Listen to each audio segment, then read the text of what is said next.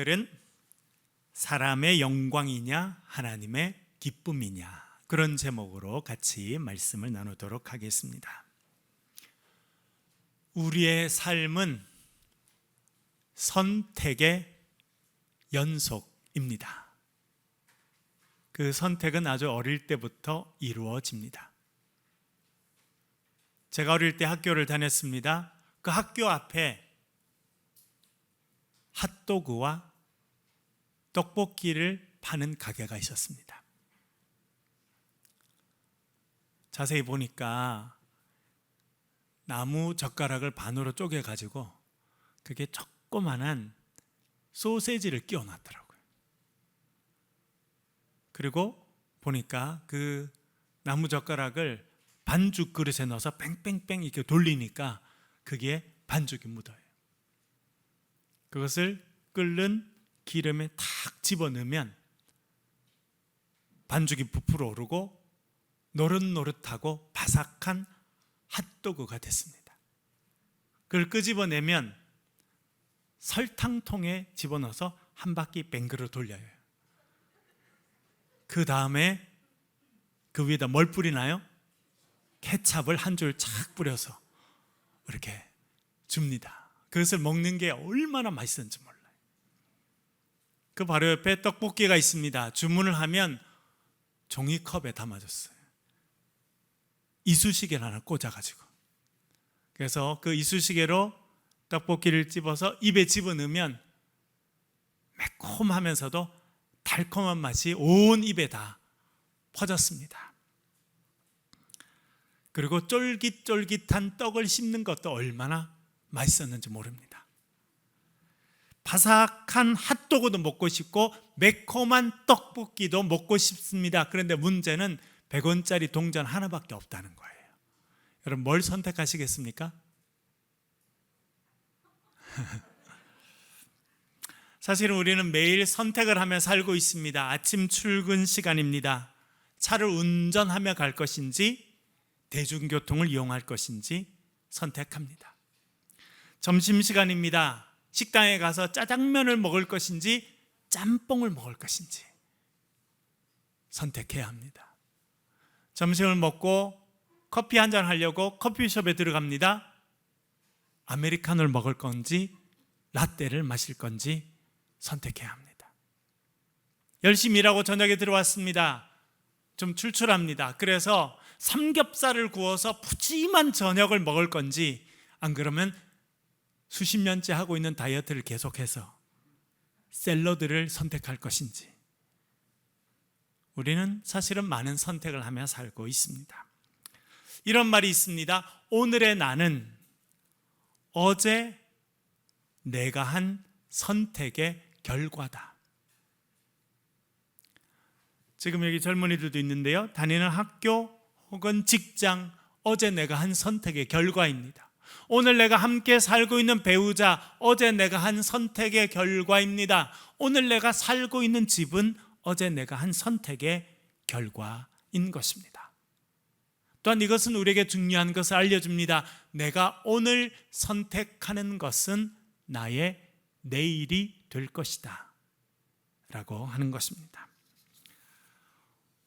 여러분, 오늘 제 생각엔 여러분 아주 훌륭한 결정을 하셨습니다. 훌륭한 선택을 하셨습니다. 무슨 선택을 하신 거예요? 무슨 선택을 하신 거예요? 예배 드리기로 선택하시고 또 새창조교회에 오시기로 결정한 것 참 잘하신 겁니다. 오늘 예배당에 오신 것도 잘하신 거고, 오늘 많은 분들이 온라인으로 예배 드리고 계신데요, 여러분들 참 좋은 선택을 하신 줄로 믿습니다. 옆 사람 쳐다보시고요, 이렇게 한번 인사해 볼게요. 참 훌륭한 선택하셨습니다 말을 해보겠습니다. 참 훌륭한 선택을 하셨습니다. 네, 딴 거보다 오늘 좋은 선택하신 거죠. 오늘 교회 오신 거, 예배 선택하신 거 좋은 선택하신 거예요.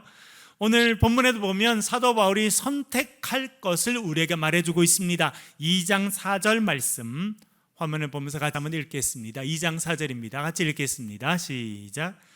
오직 하나님께 옳게 여기심을 입어 복음을 위탁받았으니 우리가 이와 같이 말함은 사람을 기쁘게 하려 함이 아니요 오직 우리 마음을 감찰하시는 하나님을 기쁘시게 하려 함이라. 아멘. 여기 보면 기쁘게 하려 함이다 라고 하는 표현이 2번이나 나옵니다.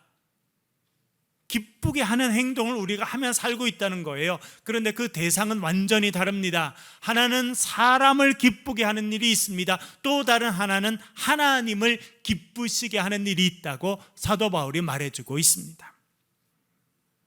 사람을 기쁘게 하며 살 것인가? 아니면 하나님을 기쁘시게 하며 살 것인가? 우리는 고민하고 있습니다. 사실은 신앙생활은요, 어떻게 보면 이 둘 중에 하나를 끊임없이 선택하는 생활이라 그렇게 말할 수 있겠습니다. 어떤 분은요, 목사님 교회 와서 예배 드리는 거, 신앙생활 하는 게 당연히 하나님을 기쁘시게 하려고 하는 거 아닙니까? 라고 말씀하실 수도 있습니다. 그런데 곰곰이 생각해 보면요, 꼭 그렇지만은 않을 수 있다는 것을 알게 됩니다. 저도 한 10년 정도 미국에서 유학 생활도 하고 목회 생활도 하였습니다. 그러면서 여러 이민교회를 섬길 기회가 있었는데요, 한 번은 청년부를 맡았어요. 처음에는 한 서너 명 되는 청년들이었는데 하나님의 은혜로 40명, 50명 청년들이 이렇게 늘어나게 됐어요. 그리고 자세히 보니까 어떤 청년은 왜 교회 오냐면 미국 학교에서 기숙사 생활을 하는데 늘 느끼한 미국 음식만 먹다가 한인교회 오면 김치하고 흰밥을 먹을 수 있었어요. 그래서 이 청년은 언제 제일 시험 드는 줄 알아요? 점심 대신 도넛 나오는 날 엄청 시험 들어요. 어떤 청년은요, 예쁜 아가씨 만나려고, 잘생긴 청년 만나려고 교회 오는 사람도 있습니다. 어떤 사람은요, 심지어 어떤 청년은요, 자기 거래처의 사장님한테 잘 보이려고 교회 나오더라고요. 여러분들은 어떤 목적으로 오늘 교회 오셨습니까? 여러분, 우리의 예배의 초점이, 우리 신앙생활의 초점이 오직 우리의 영광을 받으시기 합당하신 하나님이 되실 수 있기를 간절히 바랍니다. 우리의 신앙생활이 사람을 기쁘게 하는 일이 아니라 하나님을 기쁘시게 하는 그런 신앙생활이 될 수 있기를 주의 이름으로 간절히 축원합니다. 오늘 우리 데살로니가 교회에 보낸 편지의 일부를 읽었습니다. 데살로니가 교인들에게 보낸 편지입니다. 그들의 신앙생활 쉽지가 않았습니다. 제가 지난 학기도 데살로니가 전후서를 대학원에서 강의를 했는데요, 그때 같이 이렇게 역사를 공부해 보니까 이 데살로니가라고 하는 교회는 주전 그 도시 자체가 한 4세기 전에 생겼어요. 주전 4세기. 알렉산더라고 하는 대왕 여러분 아시죠? 마게도니아 사람입니다. 오늘 이 데살로니가가 있는 그 마게도니아 지역을 다스리던 이 알렉산더가, 잘 아시는 대로 여러분, 전 세계, 특별히 인도까지 와서 역사에서 가장 큰 나라를 만들게 되는데, 그 부하 중에 카산더라고 하는 장군이 있었습니다. 알렉산더 대왕이 죽고 난 다음에 그 밑에 있던 장군들이 흩어져서 각 지역의 지역을 차지하고 도시를 세웠는데, 이 카산더라고 하는 장군이 와서 한 지역을 점령하고 도시를 세웠어요. 그런데 그 도시를 이름을 지어줘야 되는데 자기 아내 이름을 붙여줍니다.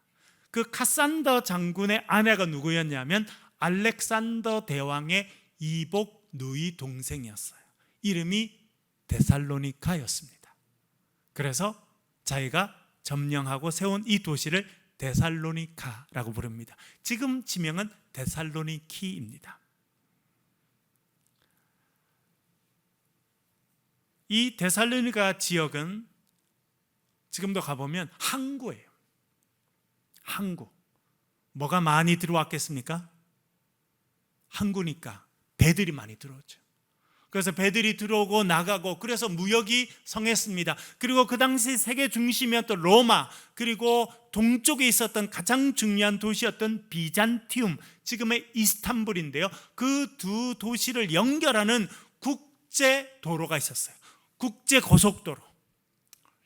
엊그제 제가 여기 운전하다 보니까 여러분, 부산에서 이렇게 대구로 올라오는 길은 일본 길로 돼 있고요, 그런데 이게 앞으로 어디까지 이어질 거라고 사람들은 생각하고 있냐면 유럽까지. 그렇죠? 예. 그렇게 앞으로 그렇게 이어질 거다, 이런 표시를 곳곳에 해놓은 데가 있습니다. 그 당시 세계 중심이었던 로마, 그리고 그 당시 가장 중요한 도시 중에 하나였던 지금의 이스탄불을 연결한 도시가 길이 있었는데요, 그 국제 도로가 지나는 길이 데살로니가였습니다. 그래서 데살로니가는 무역과 그런 상업의 중심지로 아주 많이 발전을 하게 되었습니다. 그런데 이 도시에서 모든 사람들이 참여하는 제일 중요한 도시 행사가 있었습니다. 그게 뭐냐면 황제를 숭배하는 신전에 모여서 예배하는 거였어요. 황제 숭배라고 말합니다. 로마의 왕들은 자기의 아버지를 다 신으로 만들었어요. 로마의 일대 제왕은 아우구스투스라고 하는 사람이었습니다. 그 사람의 양아버지가 있었는데 카이사르라고 하는 장군이었습니다. 주전 27년에 아우구스투스가 로마의 일대 황제가 되면서 자기의 양아버지를 신으로 선포합니다. 그래서 그 다음부터 로마의 황제가 죽으면 그 사람들은 신이 되었습니다. 로마의 각 도시들은요, 경쟁적으로 신전을 만들었어요. 빌립보도 그렇고, 우리가 오늘 보고 있는 이 데살로니가에도요, 신전을 만들었습니다. 뭐 하려고? 로마의 죽은 황제를 신으로 받들기 위해서. 참 안타까운 역사가 있었죠. 우리나라가 일제 36년 동안 치욕적인 식민지를 경험했습니다. 그때 우리 조선 사람들에게, 우리나라 사람들에게 가르쳤어요. 일본에 신이 있는데 그 신이 천황이라고. 그래서 그 신에게 절하도록 했죠. 아침에 학교 가면 다 일어나서 동쪽, 천황이 있는 동쪽을 향해서 절을 하도록 시켰습니다. 그것을 동방요배라고 불렀습니다. 이 데살로니가 지역도 로마의 황제를 숭배하는 그런 것이 가장 중요한 행사였어요.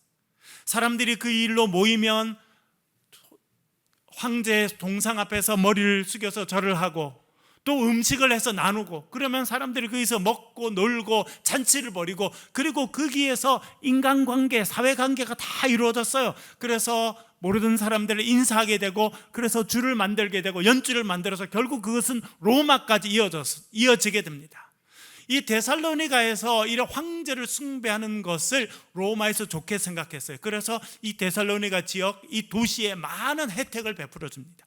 그래서 데살로니가 지역, 넓게는 옆에 있던 빌립보와 마케도니아 지역에 있는 많은 도시들은요, 황제 숭배를 경쟁적으로 진행했습니다. 그런데 이 황제 숭배에 참여하지 않는 사람들이 있었습니다. 누구였겠습니까? 데살로니가 교회 교인들이었어요. 쉬웠겠습니까? 그렇게 하는 것이 어려운 일이었습니다. 그 부분을 이렇게 말합니다. 1장 6절 말씀 화면을 보면서 한번 읽겠습니다. 데살로니가 전서 1장 6절 같이 읽겠습니다. 시작. 또 너희는 많은 환난 가운데서 성령의 기쁨으로 말씀을 받아 우리와 주를 본받는 자가 되었으니 아멘. 여기서 많은 환난 가운데서라고 하는 표현이 나옵니다. 환난이라는 단어는 헬라어로는 슬립시스라고 하는 단어인데요, 기본적인 단어는 압력을 행사하다, 이런 말이에요. 압력을 주는 거예요. 예수 믿지 못하도록, 복음을 받아들이지 못하도록 압력을 줬다는 겁니다. 박해했다는 것입니다. 그렇게 박해를 받는 중에 말씀을 받아들였다고 그렇게 말해주고 있습니다. 우리나라도 복음을 받아들이는 과정이 쉽지가 않았습니다. 여러분, 지금도 서울의 양화진이라고 하는 곳에 가면 외국인 순교 묘지가 있습니다. 외국인으로서 이 땅에 와서 복음을 전하다가 순교한 분들의 묘지가 있습니다. 참 가슴 아픈 건요, 그 옆에 가면 조그마한 무덤이 있고 조그마한 십자가들이 있어요. 그는 그 선교사로 오신 분들의 자녀들이 죽어서 묻힌 곳입니다. 그런데 그 지역 일대가 언덕인데요, 예전에는 산이었습니다. 이름이 뭔지 아십니까? 절두산입니다. 절두산, 머리를 자른 산이다, 그런 뜻이죠. 조선시대 때 예수님을 받아들이는 사람들이 그곳에서 목이 잘려갔던 곳이었다, 그렇게 알려주고 있는 것입니다. 예수 믿는 것 우리나라도 쉽지 않았습니다. 우리의 믿음의 선조들 쉽지 않은 결정이었어요. 박해를 경험하고 핍박을 경험했습니다. 아마 여러분 이 자리에 앉아있는 분 가운데서도 교회 다니는으로 인해서 집에서 쫓겨난 사람이 있을 겁니다. 어떤 사람은요, 호적에서 파버리고, 그렇죠? 조상을 섬겨야 되는데 조상을 버리는 이런 배은망덕한 놈이 어디 있느냐, 너는 더 이상 우리 집안의 자손이 아니다, 쫓아내버림을 당한 그런 분들이 많았던 것이 사실입니다. 데살로니가 교인들도 그랬습니다. 2장 14절 이렇게 표현합니다. 읽어보겠습니다. 2장 14절 시작.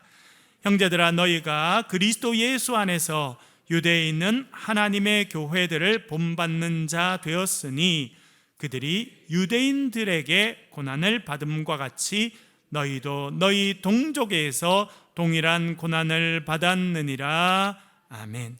유대에 있는 교회들은요, 유대인들, 같은 동족인 유대인들에게 핍박을 받았어요. 그런데 데살로니가 있는 교인들은 누구에게 핍박을 받았다는 겁니까? 같은 동족인 데살로니가 사람들에게 고난을 받았다는 거예요. 제가 한 10년 정도 이민교회를 섬기면서 알게 된 게 있는데, 그건 뭐냐면 교회 안에는요, 상처받은 분들이 너무 많아요. 여러분, 미국 가면 가서 살고 싶은 나라입니까? 가기 싫은 나라입니까? 저는 억수로 가고 싶었거든요.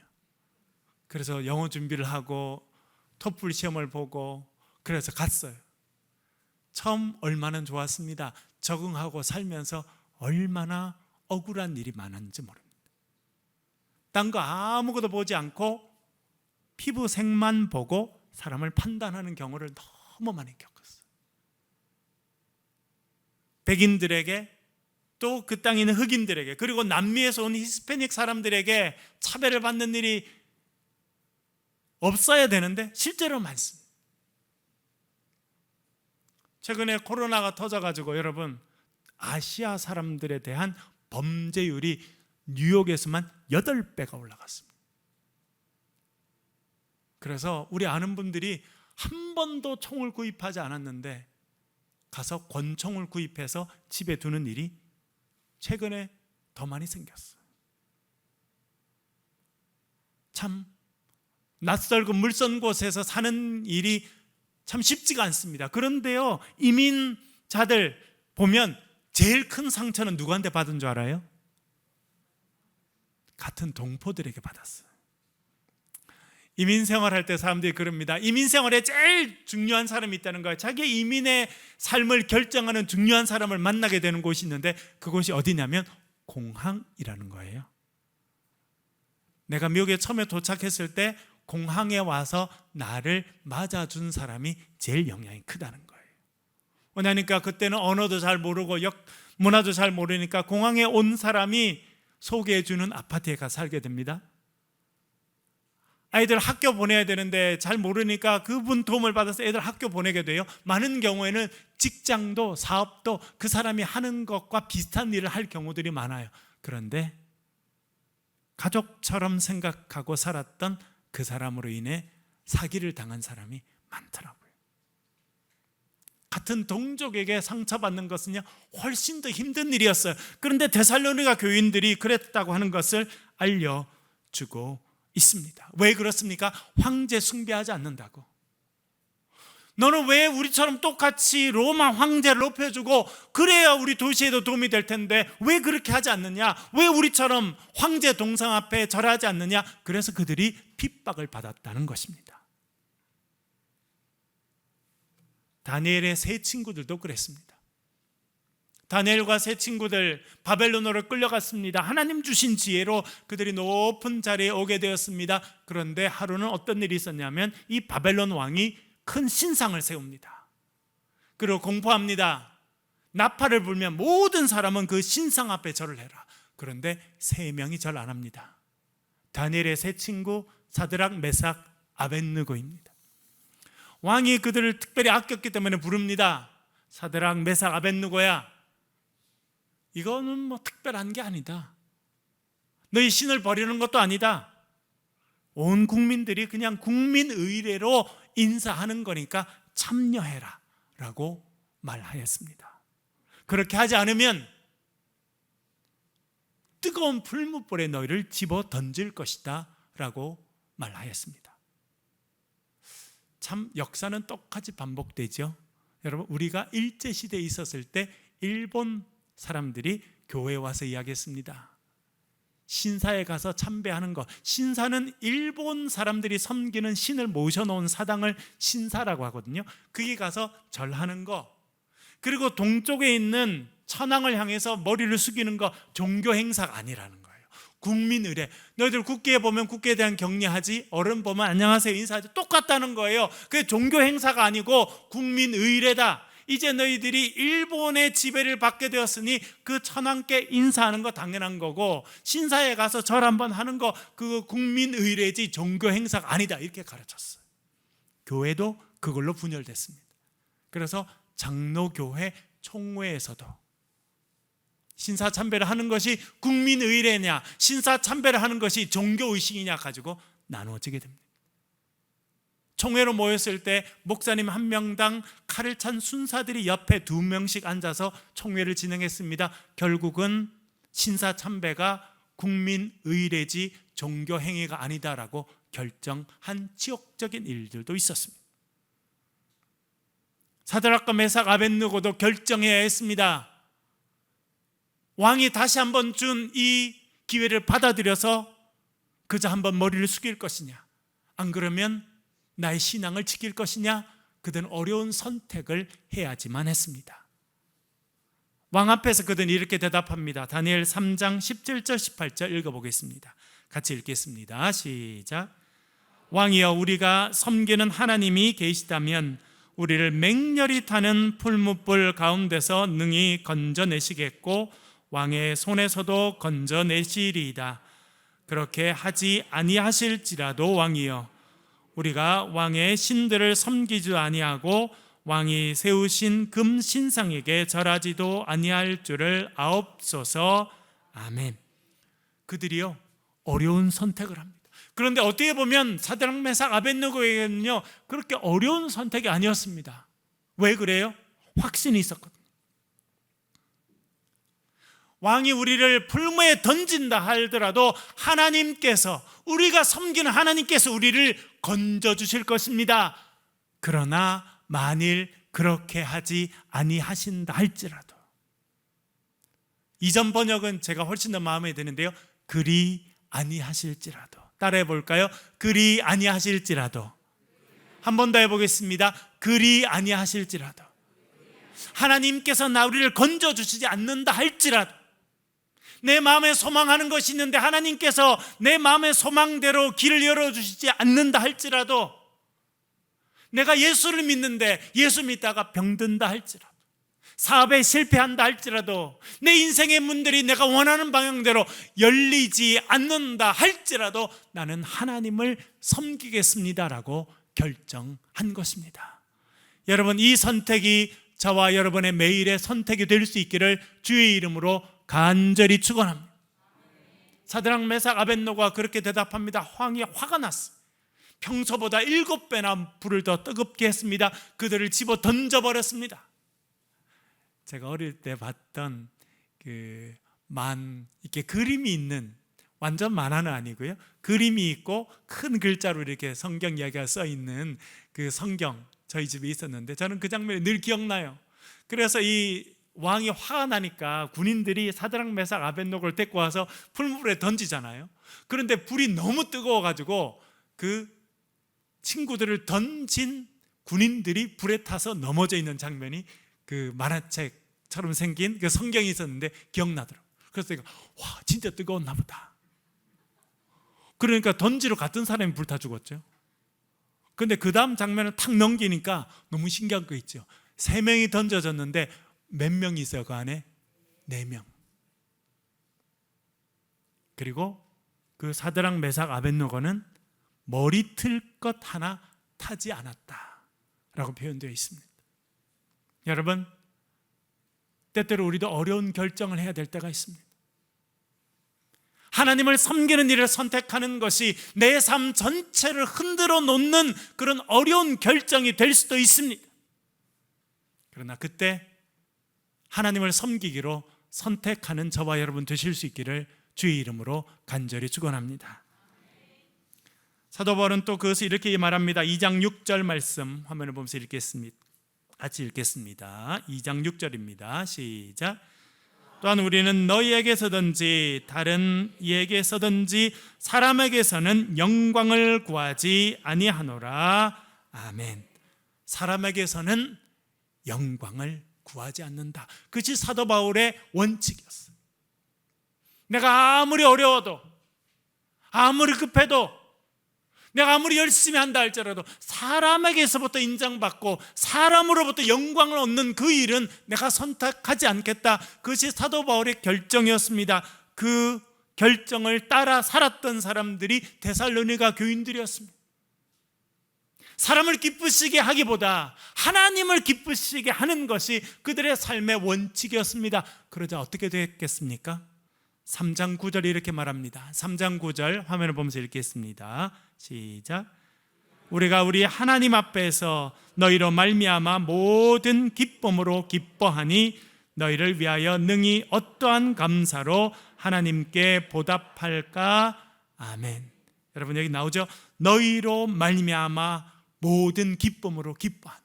데살로니가 교회 그가 세웠지만 핍박을 받아서 사도 바울은 이제 고린도라고 하는 저 아가야 지역 남쪽으로 가 있습니다. 그런데 들리는 소식이 뭐냐면 데살로니가 교인들은요, 사람을 기쁘게 하는 것보다 하나님을 기쁘게 하는 일을 선택했다는 거예요. 사람을 기쁘게 하는 일이 뭡니까? 같이 황제 숭배에 동참하는 거예요.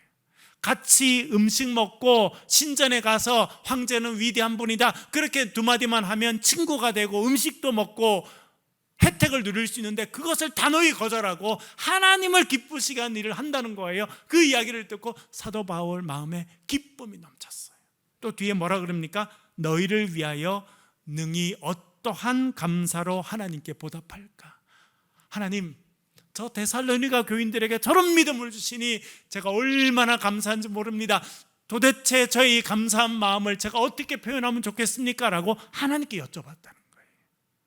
사도 바울에게 영광과 기쁨이 됐어요. 사도 바울이 말합니다. 나에게 면류관이 있다면 그것이 바로 데살로니가 교인들이라는 거예요. 그것이 끝이 아닙니다. 1장 6절 7절에 이렇게 말합니다. 읽어보겠습니다. 1장 6절 7절 같이 읽겠습니다. 시작. 또 너희는 많은 환난 가운데서 성령의 기쁨으로 말씀을 받아 우리와 주를 본받는 자가 되었으니 그러므로 너희가 마게도냐와 아가야에 있는 모든 믿는 자의 본이 되었느니라. 할렐루야. 그렇게 하나님을 기쁘시게 하는 일을 선택하며 살았더니 어떤 결과가 되었냐면 마케도니아 지역 전체, 그리고 남쪽에 있는 아테네와 고린도를 비롯한 그 아가야 지역 전체, 지금 우리식으로 말하면 한반도뿐만 아니라 일본과 이 중국을 포함한 이 동북아시아 전체에 하나의 본받을 만한 교회가 되었다는 겁니다. 여러분, 얼마나 놀라운 일입니까? 데살로니가 교회요, 지금 생각하면 교인이 한 50명, 60명도 안 된 교회였어요. 작은 교회였습니다. 교회 건물도 없었어요.